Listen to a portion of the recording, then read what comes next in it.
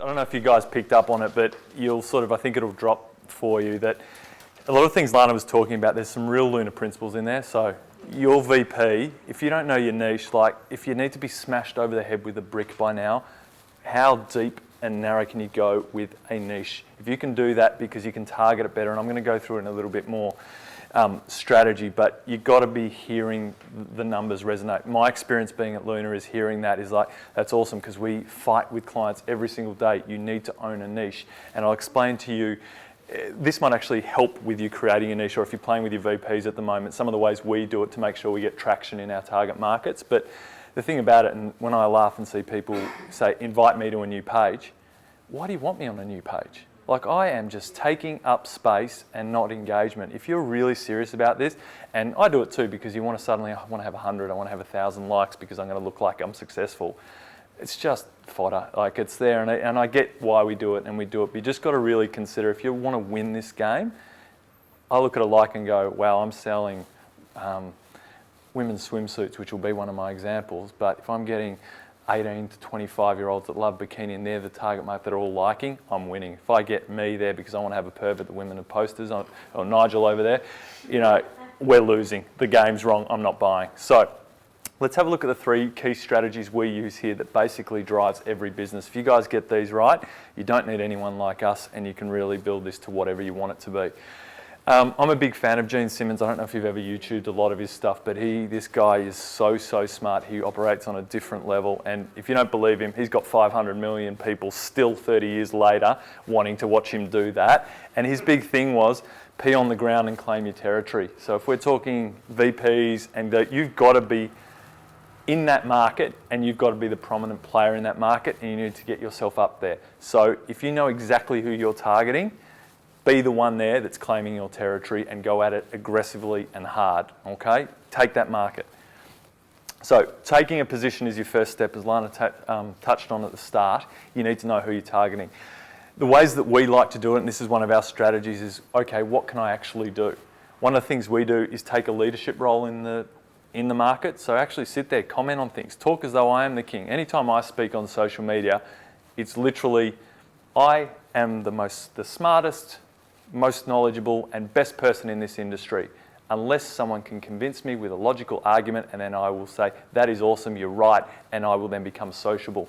And do you know what that does from a psychological point? Not only do they then respect me, but I'm not one of these arrogant idiots that just, I'm logical, but also the sign of a great leader, because you actually can be convinced with logic. So you can take leadership roles and you can be strong, but if someone actually puts together an argument or a discussion, you're not there to bash them and be right. You're there to say, wow, we've engaged together, and then you've got a best friend that's going to start actually promoting you because you're logical, you're nice, you're fair.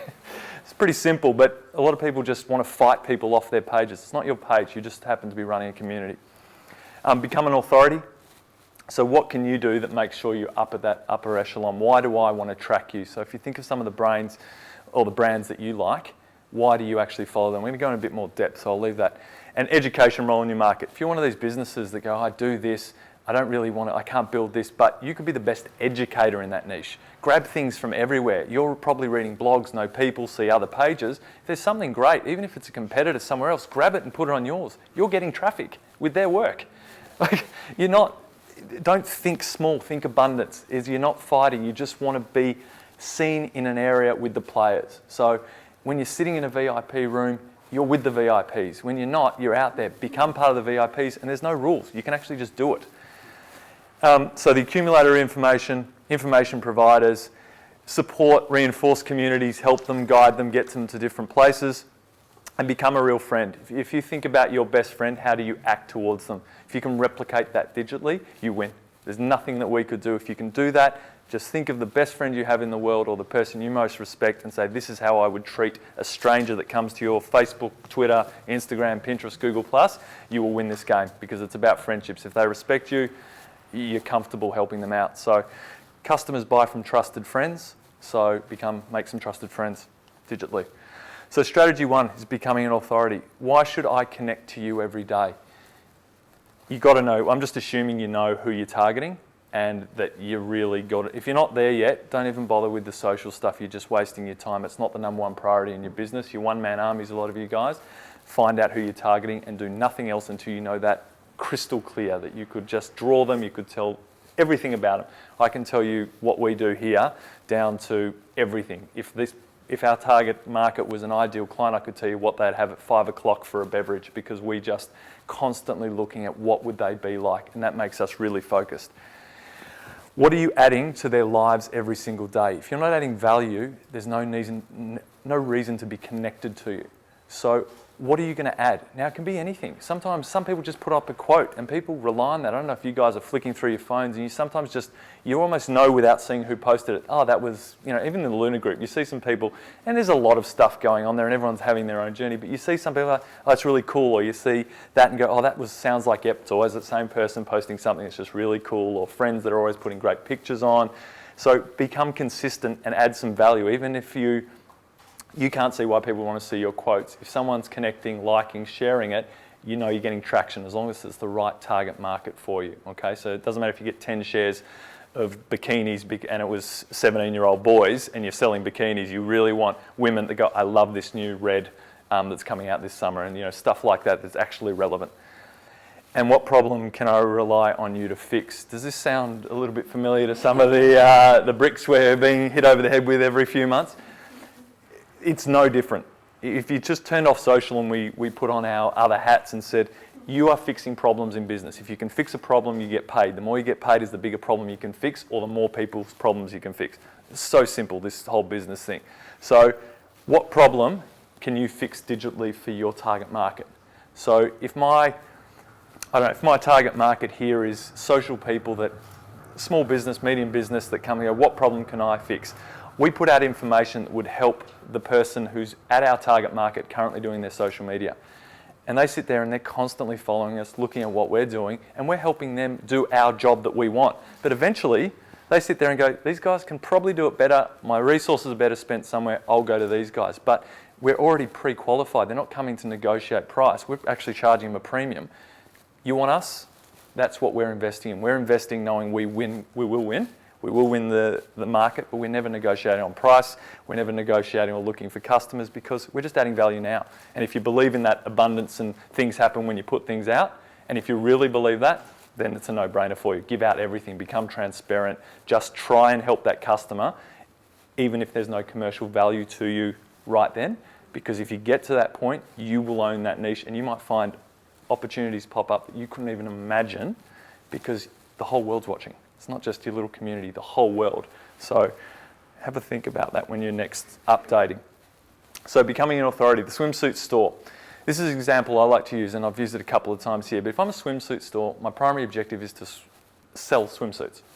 Now, I don't want to see different swimsuits every day on my news feeds, on my pictures and all that. So what can I do to add value to my target market before they get to the point where they want to buy? All I want to be, my ultimate position, is front of mind when I say, I'm going on holiday, I need a swimsuit, my brand pops up, Tim's Swimsuit Brand. So I become a summer lifestyle authority in their world. I'm going to show the best beaches. I might show you what the travel agent's giving out to destinations that I wish I could be.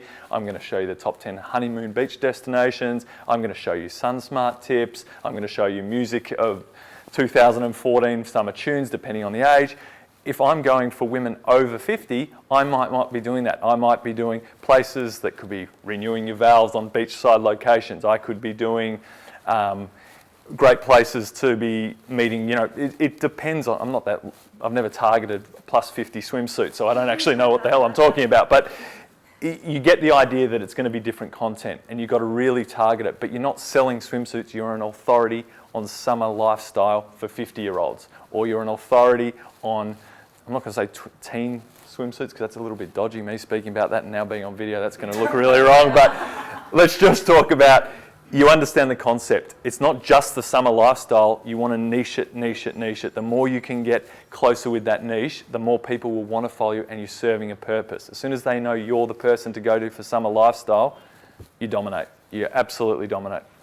So as I say, how narrow and how deep can you go? So a lot of this VP stuff we do, you watch people hour after hour, find that target customer and own that niche. fix their problem. It's the same thing here, absolutely the same. So if you know your target market, you know your VP well, you can just say, right, how do I make sure I add as much digital value as I possibly can to that market? If you can do that, social actually becomes so fun because people are asking your opinion. You get to talk about yourself and you get to talk about your things because they're demanding, they want more, as opposed to, would you please buy my swimsuit? Like, no one likes a dirty beggar. Like, as much as you want to be charitable, businesses aren't charities to sit there and say, please buy from me. It's not a business. Solve problems in your communities, as we spoke about. So all the things I just spoke, we've covered. This is the second one we use, and this is really where the trend is going and where we're evolving our social media strategies for companies. Create a VIP experience. So when we have people in our communities, we look at them as the most valuable customer that we will ever have in the world. Everything is focused on how do we help them beat whoever community they're trying to beat. How do we do that? And we give them a VIP experience. So we make sure that they feel special by being connected. I don't know if you guys can remember going to nightclubs, but I go there, I get let in by the bouncer, I look like a big shot. You know, I wrote an article about this recently, and I sounded like such a douche in this magazine, but you go in there and you feel great. And then next week you do the same thing because you get that VIP experience. I get through, I walk past all the suckers in the line, I say hello, I start my night as a big shot. And you know, it's just such a wanky thing, but I'm then their best customer. Every week I'm there, I'm spending too much money, I'm doing it because they've made me feel like a big shot. If you can do that digitally, Facebook, when people are there and they post and you have a conversation or really nice to see you again, you click on the name, what do? You see some of their interests and you engage without being creepy. Because the more you get, you can actually then start developing real relationships. They become your raving fans and raving community members. When you get raving community members, that's when things start to go on fire because you put something there, 10 shares straight away, and you're like, oh my God. We've got a customer there, and I don't want to name them because a lot of companies don't want to know that they don't actually do their social. But we built them up in the first sort of 3 or 4 weeks to 0 to 10,000 likes. Okay, really good, great. Totally engaged, the girls did an amazing job. But we put up a poster and it's 35 shares, 50 shares, 100 shares. So they're getting out to 100,000 people every time they're putting up a product or every time new. And that just, I mean, they're a big company, but it just, the power of it is because they're so specific on their content. They know their brand, they know their market, they know what works. And then when we come back and say that picture at that time works every time, we just whack it in week after week, share. It's just a machine. So they're just selling out of stuff. So it's great. Rewarding VIPs, as I said with the nightclub example, you've got to make me feel great for being there and want me to be in there often. So how are you rewarding people that are connecting with you? Make sure, I think I've got examples. Here we go. Release new product and services exclusive to your online community. Exclusive. If you're not connected to me as a brand, I should be careful with being filming, but I just say get stuffed. I don't care about you. If you love me, I will make sure that you are the most looked after. You get the best deals. You get products that we release before anyone else. You make sure there's sales that I'll release it to the public. When I used to own I still do own it, but a clothing company. So a week before, I let my social people know when the sales, and you know what, even if the sale hasn't started, you bring the code word off there. You get the sales started then because I don't care about anyone else. You know, if you're connected to my brand, you are literally saying, I'm supporting your brand, I'm helping you grow your business, and I reciprocate by saying I value that connection, and I just constantly look at ways of how I can constantly add more value, more value, more value. Make them feel like VIPs. If you do that, your community's engaged. So the sales, pre-releases, all these ideas, depending on your business, it's just brainstorming. Have 100 ideas and there's 99 bad ones, but one gem that's like, right, I'm doing that every month, now let's do it again. And find 5 of them, 5, 10 of them. Reward connection. Joint ventures and partnerships. This one is how to grow quickly. A lot of you are probably sitting there going, oh, I don't have a community. I don't even know how to start to build a community. How do I get me and my 3 family members to grow this to a 10,000 person community? Facebook, I'm obviously talking about now. Once you start building, you have a hell of a lot of value for other people in your target market. So if I told you my target market was men aged 20 to 25, high socioeconomic status, and then someone with a luxury watch brand comes and says, you know what, you've got 10,000 of these people, what do you reckon they'll pay for me to put a post of the watch on? I can make more money doing that if I wanted to by just posting and using my community that love me because I've always looked after them, or I go to the watch company and say, do you know what? I like who you're after too. You've got 10,000, I've got 10,000. Half of them are different. Why don't we just do some joint ventures? Once a month, you post for me, I'll post for you. We'll both have 20,000. We're in different things. Now, if you do that with 10 brands, there's 100,000 people engaged, your market, that's even more importantly, referred by a trusted friend. Their trusted friends, the community. That is a game changer. Like, that is why people get excited on social. That's how could you possibly get 100,000 people in your target market that have been suggested to like your product? That's better than any magazine, any TV ad. It is targeted. So that's when you can really grow exponentially. So joint ventures and partnerships. Even if you've got 10 people, go and find someone else with 10 that have got the same person. If you're doing music lessons, violin here, piano here, we've both got 30. Why don't we do a joint thing? Why don't we do this? Why don't we find creative ways to find people like that? When you get to 100,000, go and find 100,000. You see Coke and Holden doing things together. Why can't we do it at a level of 10 and 20 people liking? You just got to break that mindset of, it's the same principle, just apply it to where you're at. So what other value can you add to communities? Something we do is, hey, you guys have got a good community. What about if we give you a prize to give away? You'll look like a hot shot because you're giving away free stuff, and we'll get access to our brand to in front of that. So what can you give away? Go to a community and say, can I give a prize pack away? Done. Which communities can your business become a friend of? So not just once off. How do we do something regularly? Every couple of months, let's do a joint venture type advertising or split. This is what we'll do for you, you do for me. Find people and communities. Even if you don't have a community, go and find someone who's just got a personal Facebook page with your target market and do some stuff with them. So smaller businesses can still do this. You just have to be just creative. But more importantly, let's go back to creating a VP for that. I don't walk up and say, you've got 10, I've got 10, here it is. Solve their problem. You've got to have a value proposition for everyone you approach. Why would they want my community? What could I add to them? I don't have a lot of people, they do. Maybe I'm going to give a prize. You need to find a reason that they can't say no. And sometimes it's adding a lot more value. Sometimes it's an inequality to get there. But if you don't have the community, you've got to pay. Well, that's time, that's sometimes prizes, that's sometimes, like I could go and buy an iPad and say, I'd like to give an iPad on behalf of Tim Swimwear to your community there. And they go, you mean I can give an iPad away to my community so people are going to be talking? Yes. What do I have to do? Promote Tim's iPads or Tim's swimsuit for the next week or 2 weeks or month. So fun things. So run competitions, as I said, and contribute to content. Everyone's dying for content at the moment. If you love writing, write blogs for some of your other people, some of your joint ventures. Everyone loves a written article. We look for bloggers every single day. You can write a blog for us if you're looking for our target market, and we'll post it if there's enough value for us, and that gets out to all our community. So anyone here that might be running accounting or something like that we know we've got businesses switching over to Xero, you might want to get in front of our clients. Well, how do you get there? We need content. Do some blogs on helping our customers. If you can help me help my customers, you become a friend, and I want to make sure your business does well. And yeah, as I said, help grow other people's communities. Give and you shall receive.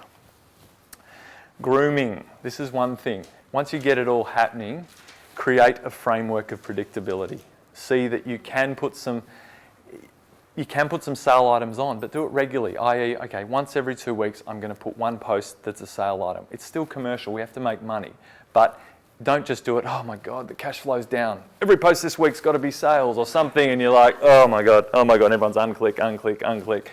But if you create a framework of predictability, they trust you. It's when you start doing stuff that's not congruent or it's not flowing, they sit there and go, something's going wrong. You know, some pages you see or people, and you look at a friend and go, oh my God, they are really having a breakdown over there. Like, they have just been nuts this week on Facebook. It's the same with a brand.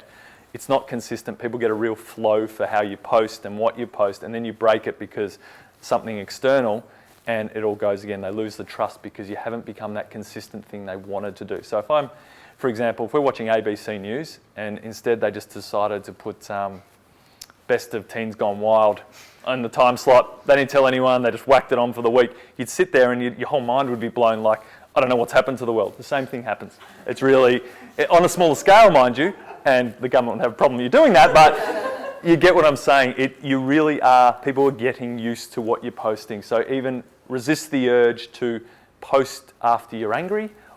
pre-planned stuff, have it there because there's a reason, because when you get emotionally charged, we see some beauties from people. Like some of our clients jump onto their own stuff and they write something and we're literally in stitches. It's their brand, they can do what they want, but it's like literally, can you do this? Go stuff, get stuff, you know, like, okay, there's 6 months of work gone. So, and remember, it's there forever. So emotional charge doesn't generally work well. The easiest thing you can get out of is you've done a spelling mistake because you're writing so fast. The worst thing is you lose your community and they're like, nah, you're not genuine. And that's bad. Oh, that's a nice one. Ask your community what they like. You know, sometimes you go to friends and go, what would you like for your birthday? Communities act the same. What would you like? Is there something we can provide? If you've got a good community, they become your product developers. They become everything. Like, when you understand this, they're not enemies. They're not people that are hard to get. They're people looking for you to fill a void in their life. It might be a small void, but they need it filled, and someone will. So ask them. When you get that trust, ask questions. It's so simple, but you can ask them anything. So what would you, market researchers, when it was big in the 90s, what would you have paid? Market research were paying 10 people, you know, $1,000 a market research. You can sit here with 10,000 and ask them anything all the time, get data straight away, and it's like, cost you 30 seconds of your time. So understand what you're building. When people say, I can't get any money out of social, are you nuts? It's not just the product. You've got something that could change your business exponentially and smash competitors. Not that we have competitors, as we know, but people that are also looking for your target market to create sales. You can use that. Selling, obviously my favourite thing. Lana, you know, gets the engagement. I do likes and sales and things like that. But she's right. There is no sales without engagement. When you get high value in your community, people will buy off you. It's simple. They'll actually demand they buy off you. The group we're involved in is good. Something goes up there, we're buying, and we're buying at huge amounts. If they decided to do that, because there's so much trust, there's so much involvement, there's so much engagement, but that's what an engaged community looks like. People want to contribute, they want to be heard, they want to help others in it, they want to help the brand because you believe in it. As soon as you got that, that's when the sales come. You can send them out emails saying, please buy this, or here's a special for you, here's a VIP offer for our Facebook friends. Easy. So, as I've mentioned, all these JVs with bloggers, VIP loyalties, and share a coupon. We put out some coupons and their apps. It's a different world. As we'll talk about apps and all that stuff secondary. When you guys come back and go, do you know what, I've done all this. Give me the next level of engagement. I'll show you the apps and how to get them easily, but you can put coupons like 50% off if you share. They get a coupon and you share. If 100 people do that, you've got to their average of 300 people. It's like 30,000 people have just seen your brand and it's cost you a few coupons to buy stuff. Pretty powerful. And that's just, you know, if you were to turn off your social media as a business and they don't miss you, you are not winning the game. You need to be filling something in their life where they would generally miss you if you weren't posting. And if you're not at that level, you haven't quite nailed your content yet, keep playing. We want people saying, I really love this. I really love this. If you're not missed, you're not going to sell, so don't worry about selling yet, because we've got to get to a point where you become just a feel-good thing for their life. Okay? 3 things you need to take. If you do this, you are going to be in the top 5%. Take a position in your community, so really target that VP. Just target that VP. Don't get sucked into trying to get cheap likes. It will be a slower process, but it will be a more profitable process. Create social media VIPs. They are now viewed as your most valuable customer in the entire world. Treat them as though they are just that. And scale and grow through joint ventures. If you do that, you guys will have some big communities and then we can start getting creative in how to commercialize them. But until you understand this and you get literally just, you can't do anything else but this because you understand it, you understand the reason behind it, and you understand the strategy, you'll really win. So that's it. I think that's some basic foundations. Literally, we run all our companies like that. We just take it to another level. So as we hear from the Lunas and all that, you get to a certain point and then you need another scoop of something and then it opens your eyes to, oh my God, this is so much bigger. But build your communities where they're engaged, a few hundred followers, see what's happening, talk to them, get used to that, and then we'll show you ways of scaling it up the next time we're in. But let's talk some questions.